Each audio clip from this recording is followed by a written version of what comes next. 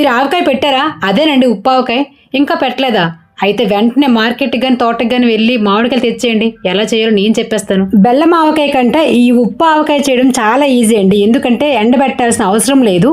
వేడి అన్నంలో కొద్దిగా ఆవకాయ వేసుకొని కాసంత నెయ్యి వేసుకొని తింటే అబ్బబ్బబ్బా చాలా బాగుంటుంది. ఇప్పుడు ఆవకాయ ఎలా చేయాలో చూద్దాం. ముందుగా పుల్ల మామిడికాయలు అంటే కోలంగువ్వ మామిడికాయలు తీసుకోవాలండి. మా వైపు వీటిని కోలంగువ్వ మామిడికాయలు అంటారు. ఒకవేళ ఇవి అందుబాటులో లేకపోతే కలెక్టర్ మామిడికాయలు కూడా తీసుకోవచ్చు. ఈ మామిడికాయలను ముందుగా కడిగి తడి లేకుండా శుభ్రంగా తుడిచి ఆరపెట్టుకోవాలి. కలెక్టర్ మామిడికాయలు అంటే వీడియోలో చూపిస్తున్నాను కదా, చూడండి ఇలా ఉంటాయి, కొంచెం పొడుగ్గా ఉంటాయి. ప్లేట్లో పెట్టి చూపిస్తున్నాను కదా, ఇవే కలెక్టర్ మామిడికాయలు. ఇవి కూడా పుల్లగా ఉంటాయి, కానీ బెస్ట్ ఆప్షన్ కోలంగువ్వ ఫస్ట్ చూపించాను కదా, ఆ మామిడికాయలు ఉంటే అవే తీసుకోండి. తడి లేకుండా చూసుకోవాలి. ముఖ్యంగా 4-5 గంటల పాటు ఆరనివ్వాలి. బాగా క్లాత్ చూడండి. అండ్ ఇక్కడ ఈ విధంగా ముక్కలు కట్ చేసుకోవాలి. చూడండి, జనరల్గా ఇటువంటి కత్తిపేటలు ఉంటాయి, మామిడికాయ కట్ చేసే కత్తిపేటలు ఉంటాయి పల్లెటూరులో. ఒకవేళ ఇవి లేకపోతే, మీకు అందుబాటులో లేకపోతే నార్మల్ కత్తితో కూడా కట్ చేయొచ్చు. అది కూడా లేకపోతే శ్రీకాకుళంలో అయితే పెద్ద మార్కెట్ దగ్గర ఇలా మామిడికాయలు కట్ చేసే వాళ్ళు ఉంటారండి. వాళ్ళ దగ్గర కత్తులు ఉంటాయి. మనం మామిడికాయలు తీసుకెళ్ళి కొంత డబ్బులు ఇస్తే వాళ్ళే కట్ చేసి ఇస్తారు. సో అందరు ఊర్లో కూడా ఈ విధంగా మార్కెట్లో ఉండొచ్చు. నాకే శ్రీకాకుళం వరకే తెలుసు. అండ్ ఉగాది పోయిన 20 డేస్కి అలాగే చేస్తారు కాబట్టి మామిడికాయలు నార్మల్ కత్తిపేటతో కూడా కట్ చేసేయచ్చు. కట్ చేయడం గురించి ఎందుకు ఇలా చెప్తున్నంటే, ఆ మామిడి టెంక ఉంటేనే అది ముక్క మెత్తబడకుండా గట్టిగా బాగుంటుంది ఆవకాయ అనేది. అండ్ ఈ విధంగా కట్ చేసుకోవాలి. తర్వాత వీటి లోపల ఆ గింజ ఉంటుంది కదా, జీడి గింజను తీసేయాలి. తీసేసి నీట్గా ఈ ముక్కలన్నింటిని కూడా తుడుచుకోవాలి.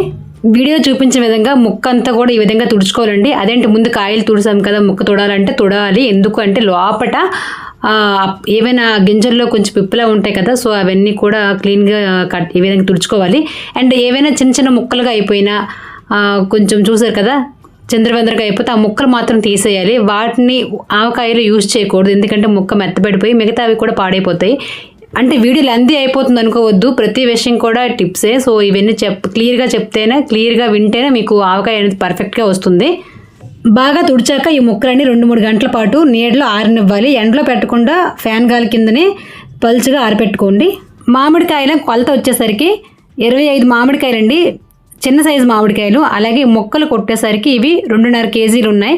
అంటే కొన్ని చెత్త అంతా పోయింది కదా, సో 2.5 కేజీలు ఇవి. ముక్కల కంటే మీరు కాయలు చూసుకుని సరిపోతుంది. సో 25 మామిడికాయలకి ఈ విధంగా ఈ కొలత వేస్తున్నాను. 3 టీ స్పూన్ల పసుపు వేసాను. తర్వాత 400 గ్రాముల ఆవాలను తీసుకొని మెత్తని పౌడర్ చేసి ఈ విధంగా వేసుకోవాలి. పచ్చి ఆవాలని ఈ విధంగా మెత్తని పౌడర్లా చేసుకోవాలి. తర్వాత కారం 400 గ్రాములు వేసుకోవాలి. జనరల్గా నేను పిల్లలు తింటారని చెప్పేసి కొంచెం తగ్గించాను. మీరు ఎక్కువ కారం తిన్నట్లయితే 1/2 కేజీ కారం వేసుకోండి. సాల్ట్ విషయానికి వచ్చేసరికి 300 గ్రాముల సాల్ట్ను ఎండలో 1 గంట పాటు ఆరబెట్టి తర్వాత ఇందులో వేశాను. 70 గ్రాముల మెంతులను ఈ విధంగా పౌడర్ చేసి వేసుకోవాలి. ఇవి కూడా పచ్చివేనండి, వేపాల్సిన అవసరం లేదు. మీకు ఒకవేళ కొలత తెలియకపోయినట్లయితే ఒక 2-3 స్పూన్లు వేసుకోండి. లేదు అంటే ఇక్కడ నేను పౌడర్లు చూపిస్తున్నాను కదా గ్లాసు, అటువంటి గ్లాస్తోనే వేసుకోండి. సో మీ గ్రాములు కేజీలు తెలియకపోయినట్లయితే వీడియో ఎండింగ్ వరకు చూడండి, స్కిప్ చేయకుండా. ఎందుకంటే మధ్యలో ఈ టిప్స్ కూడా చెప్తున్నాను కాబట్టి మీరు వీడియోని స్కిప్ చేయొద్దు, కరెక్ట్గా వినండి. ఇవన్నీ వేసిన తర్వాత ముక్కలకు బాగా పట్టే విధంగా చేతితో కానీ గరిటతో కానీ బాగా కలుపుకోవాలి. జనరల్గా ఇవి ఒక డబ్బాలో కానీ లేదంటే ఒక గిన్నెలో కానీ డైరెక్ట్గా కలుపుకోవాలి. కానీ వీడియో కోసం అని చెప్పేసి నేను ప్లేట్లో కలిపాను. అందుకే ఈ డబ్బాలోకి తీసుకున్న తర్వాత నేను ఆయిల్ అనేది వేస్తాను. తరువాత ఇందులోకి ఆయిల్ వేసి బాగా కలుపుకోవాలి.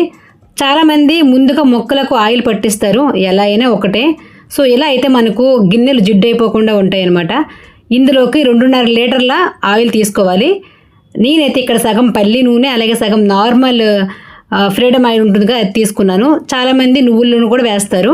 సో నువ్వుల నూనె అయినా పల్లి ఆయిల్ అయినా మొత్తం అదే వేసేయకుండా సగం ఆయిల్, అంటే సగం ఫ్రీడమ్ ఆయిల్ అలాగే సగం నువ్వుల నూనె, లేదంటే సగం ఫ్రీడమ్ ఆయిల్ సగం పల్లి నూనె అలా వేసుకోవాలి.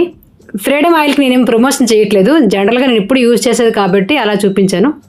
ఈ ఆవకాయ పెట్టిన తర్వాత ఒక 3 రోజుల పాటు ఉదయం సాయంకాలం రోజుకు 2 సార్లు ఆవకాయను కలుపుతూ ఉండాలి కింద మీద. యాక్చువల్గా ఏంటంటే వెల్లుల్లి రబ్బులు ఇంకా వేయలేదు మర్చిపోయి అనుకుంటున్నారా? కాదండి, నేను ఆవకాయ పెట్టినప్పటికీ వెల్లుల్లి రబ్బులు తొక్కలు తీయలేదు.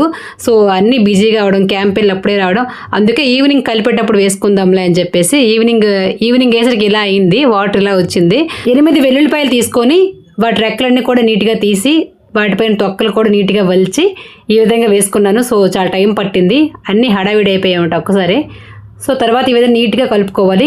వీటిని కూడా పచ్చిగానే వేయాలి. దీనికైతే ఏం తాలింపు పెట్టాల్సిన అవసరం లేదు, ఎండలో పెట్టాల్సిన అవసరం లేదు, బెల్లం వేయాల్సిన అవసరం లేదు. చాలా ఈజీ అండి ఉప్పు ఆవకాయ. ఇలా చూపించిన విధంగా 3 రోజుల పాటు ఉదయం సాయంకాలం ఆవకాయని కలుపుకోవాలి. స్పూన్తో అయినా కలుపుకోవచ్చు. ఏమైనా మీకు కారం తగ్గింది, ఉప్పు తగ్గింది అనిపిస్తే మళ్ళీ యాడ్ చేసుకోవచ్చు మీ టేస్ట్ బట్టి. 3-4 రోజుల తర్వాత ఈ విధంగా గ్లాస్ జార్లో కానీ పింగాణి జార్లో కానీ ఉప్పు ఆవకాయ తీసుకోండి. అలా స్టీల్ వాటిలో కానీ ప్లాస్టిక్ వాటిలో కానీ ఉప్పు ఆవకాయ ఉంచొద్దు. ఇంకా మీకు డౌట్గా ఉంటే, ఫస్ట్ టైం చేసామని డౌట్ ఉంటే చక్కగా వీటిని ఒక 10 రోజుల తర్వాత ఫ్రిడ్జ్లో పెట్టుకోండి. ఫ్రిడ్జ్లో పెడితే ఇంక అస్సలు పాడవదు.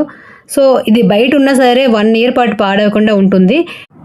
ఆవకాయ పాడవకుండా ఎక్కువ కాలం నిల్వ ఉండాలంటే మనం స్టోర్ చేసేటప్పుడు ఆ సీసాలో 3/4 వరకే ఆవకాయ వేసి ఆ తర్వాత ఆయిల్ ఫుల్గా ఉండాలండి. ఆయిల్ పైకి తేరే విధంగా ఉండాలి. అప్పుడే ఆవకాయ అనేది బూజు పట్టకుండా నీట్గా ఉంటుంది. అండ్ ఆవకాయ వాడుకున్నప్పుడు కూడా తడి చేతులు కానీ తడి స్పూన్ కానీ లేకుండా చూసుకోవాలి. లేడీస్ పీరియడ్స్ టైంలో ఈ ఆవకాయని ముట్టుకోకూడదు, అలా ముట్టుకుంటే పాడైపోతుంది. చూస్తుంటే నోరూరిపోతుంది కదా, చాలా అంటే చాలా బాగుంటుందండి. కారం కారంగా, ఉప్పుగా, పుల్లగా. అయితే మరెందుకు ఆలస్యం, మీరు కూడా ఆవకాయ చేసేయండి. అండ్ ఇంకేమైనా డౌట్స్ ఉంటే కామెంట్ సెక్షన్లో తెలియచేయండి, నేను అన్నిటికీ రిప్లై ఇస్తాను.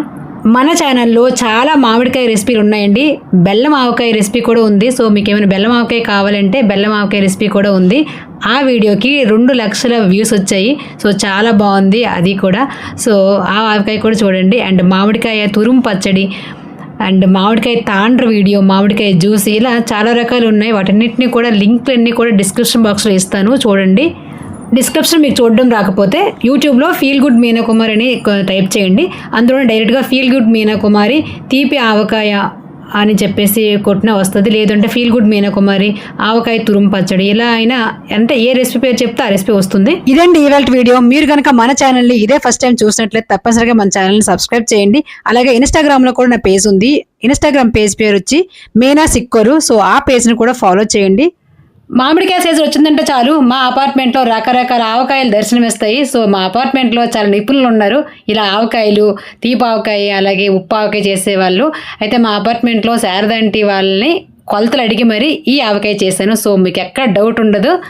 చూస్తారు కదా, ఇక్కడ ఇవన్నీ కూడా మా అపార్ట్మెంట్లో చేసిన ఆవకాయలు అనమాట. ఇవన్నీ ఒక్కరు కాదు, ఒక 5-6 ఇళ్ళు అనమాట.